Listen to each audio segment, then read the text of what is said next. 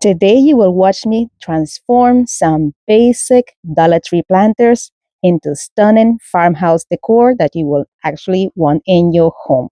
You're going to be using these clay pots and also some of these Dollar Tree planters. Hi, I'm Loli. Welcome to Loli's Creations, and let's get started. For this project, we'll be using two of these clay planters that I got from Michael's and two of these saucer from Michael as well. We're going to remove all the tags from the bottom and then take some E6000 and add it to the bottom of one of the planters. And then added the other planter's bottom to the bottom of that bottom. Then I took some E6000 and added some to the rim of the top planter and positioned the first saucer on top of it. We're going to let this one sit overnight. Next day, we're going to add some E6000 to the bottom saucer on all of the edges and place the original piece over that saucer. And I let that piece sit overnight as well. Next, I created a second piece using one saucer and one of these clay pots from Dollar Tree. Using some heat from my heat gun, I warmed up the tag and removed it. And I'm going to add some E6000 to the bottom of the clay pot. And then place that clay pot onto the saucer, making sure that it's centered. And let it dry overnight. Next day, we're going to come in with some of our folk art white paint. And we're going to dry brush it over both of these pieces. You can go as light or as heavy as you want. I will suggest to go lighter first and then keep building. My intention is to distress this at the end anyway, so I'm going kind of heavy, so later on I can distress where I plan to do so. And here comes the distress, and I'm using a wet wipe from a cleaning wipe solution from Dollar Tree, and I'm just removing the paint in areas in which I have just too much buildup of it, and also in edges that will be naturally distressed with wear and tear. And right about here, I am pretty happy with it. And I did the same thing with the smaller one as well. And I absolutely love the effect that this technique leaves behind. Then I just added on some candles to the top, and that is it for this one. Let me know in the comment section, what do you think about this piece? I absolutely love these.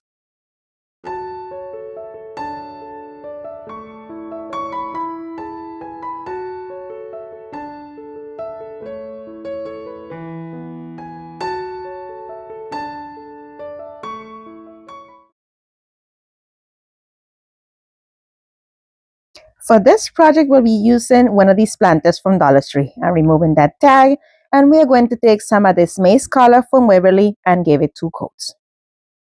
And look how beautiful this is looking. So you know where I'm going with this? Hold on and see. Now we're going to take some of this rope from Dollar Tree. I'm going to add a little bit of hot glue at the end. Here I'm going to add hot glue actually in the middle of the strands.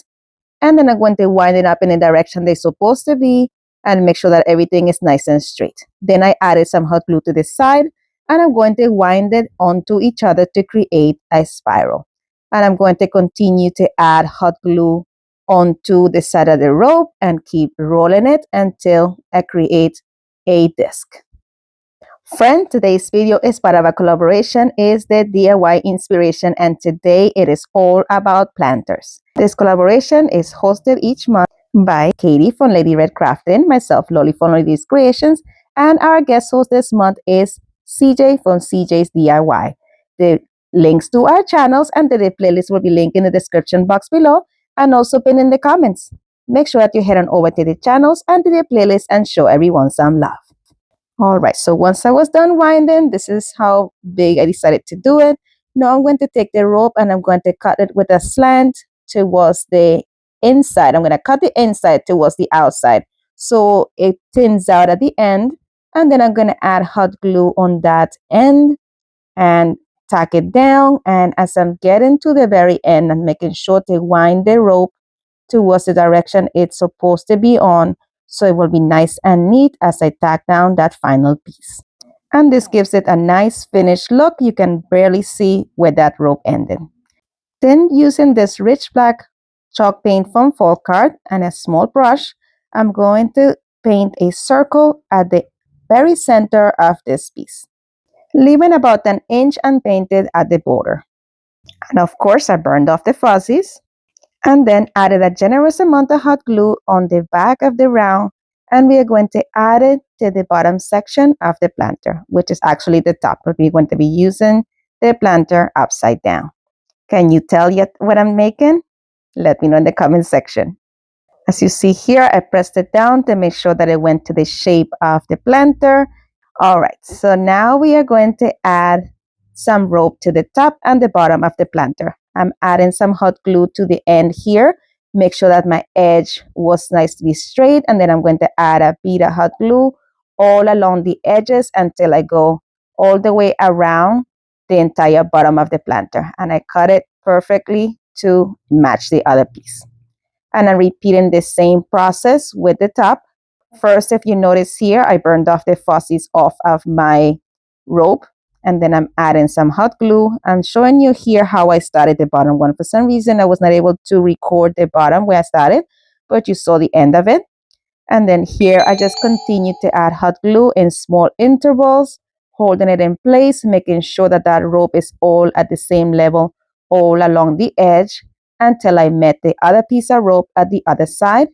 And when I'm getting to the end here, I'm going to unravel the middle of the rope exactly where I need to cut it at. And I'm going to add some hot glue in between the bristles and then wind it again. This just helps the rope stay in place when I'm ready to cut it. And look how cute this is turning out. But I'm not done yet. I'm going to take some of this boxwood that I got from Walmart, and I decided to use my hot glue gun to blow some holes in the bottom of this. Let's just say it did not work. I tried, I just made little dents, that's about it. So I took out the big guns, took one of this hot knife, and I'm using this to create holes instead. I started with 3, and I'm starting positioning the boxwood into those holes. And here you just see me, like, I'm just playing with the placement and seeing exactly how much boxwood I will need. So I just cut the big pieces as you see there. As I'm looking, I did not like the height of them. So I bought another hole just to put the other one there, 4 equal pieces and about the same distance. But I decided that I needed to cut this down. It was too long for me. So I took each one of those branches that I used, and I'm going to cut them into 2 individual pieces. And I'm going to place them into those holes. And as I go along, I will continue to bow holes using my hot tool to position all the branches of my boxwood.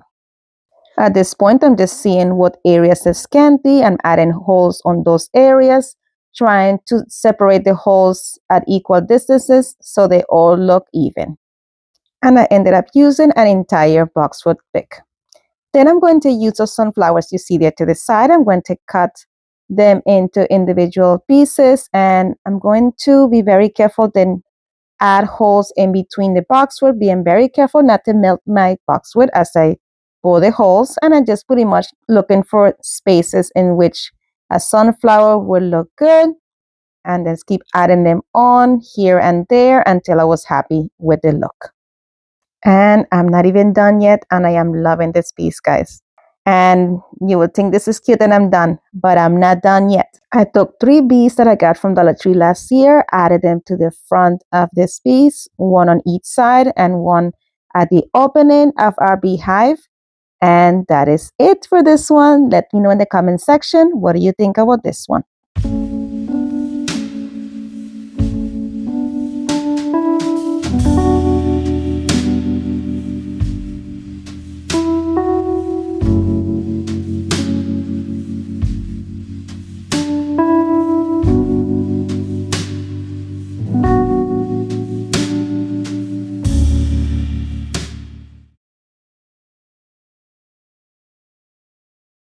For this project, I'll be using one of these planters from Dollar Tree, and I'm going to use some of this full card white paint, chalk paint, to dry brush over this. I kept dry brushing and building it onto it until I was happy with the distressed look of this piece.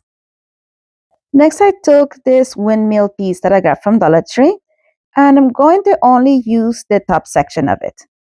I removed the metal piece that's like cover in the front, And then using some pliers, I pinched in the two pieces of metal that were there at the front, and then I was able to wiggle the blades off of this piece.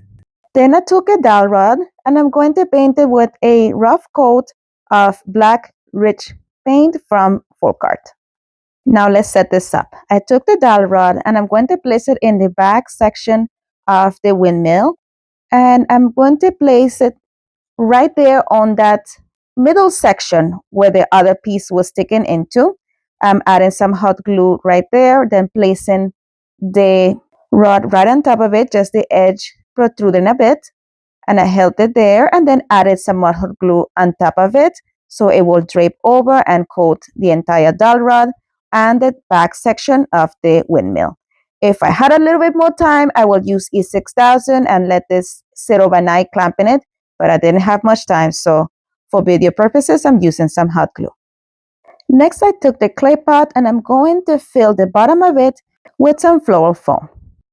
And I'm going to stick the windmill right in the middle. It was a little bit too tall for my liking, so I'm trimming off a piece and making sure that the height is proper. It is. So now we're going to add some hot glue to the hole in the floral foam and position our windmill in place. To have the front be more finished, I'm going to go ahead and re-glue that front piece right onto the middle. And I'm satisfied with that, so I'm going to now add some hot glue all over the floral foam and add floral moss all on top of it. I repeated this process until it was completely covered. My friend, if you can please leave me in the comment section where you're watching from. I love to know how far my videos are reaching. Thank you so much for doing that, and while you're there, you might as well subscribe. It is free and it means the world to me. Thank you so much. And wait, hit that bell too so you're notified each time that I upload. Thank you so much.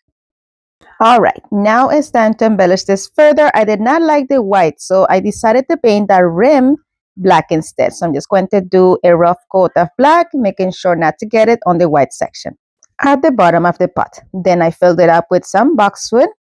And just like this, bing, bam, boom, we are done with this piece. Let me know in the comment section, what do you think about this one?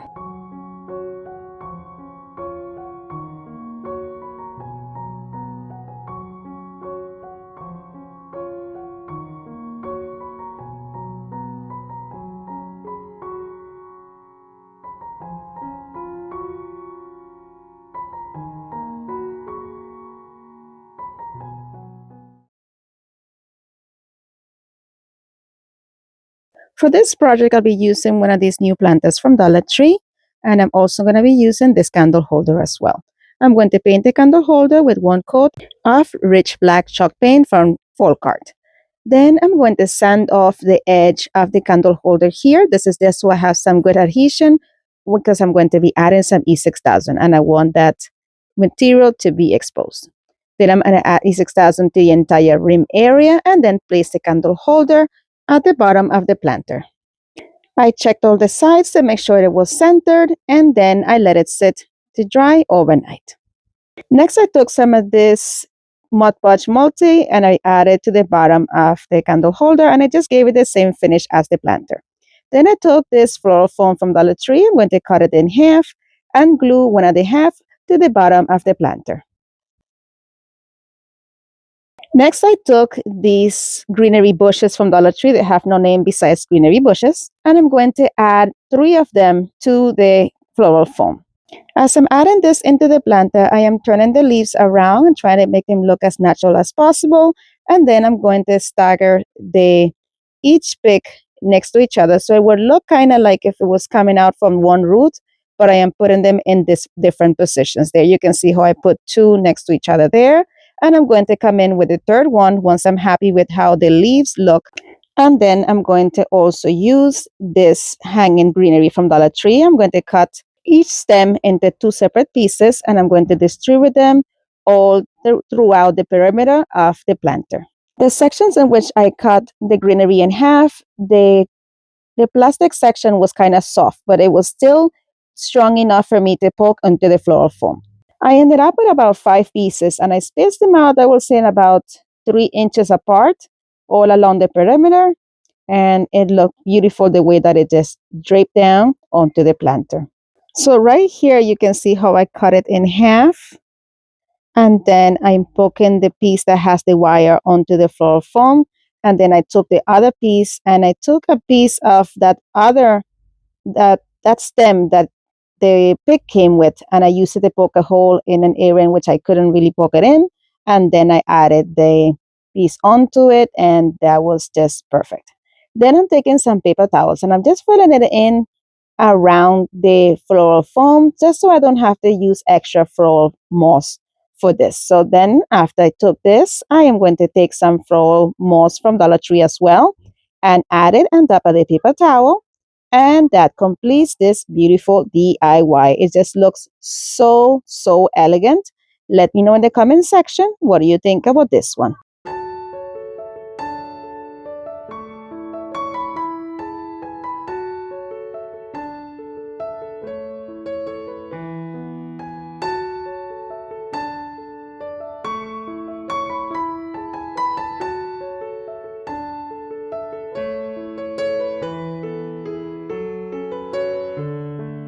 And here is a final reveal. Don't forget to let me know in the comment section which one of today's projects is your favorite.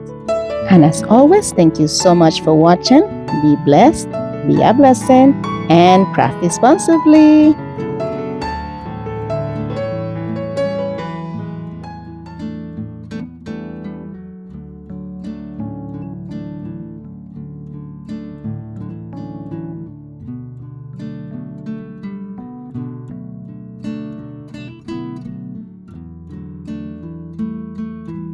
Thank you so much for watching. If you enjoyed today's episode, here are a couple more videos you are sure to enjoy. Thank you so much for stopping by. You're amazing. Bye.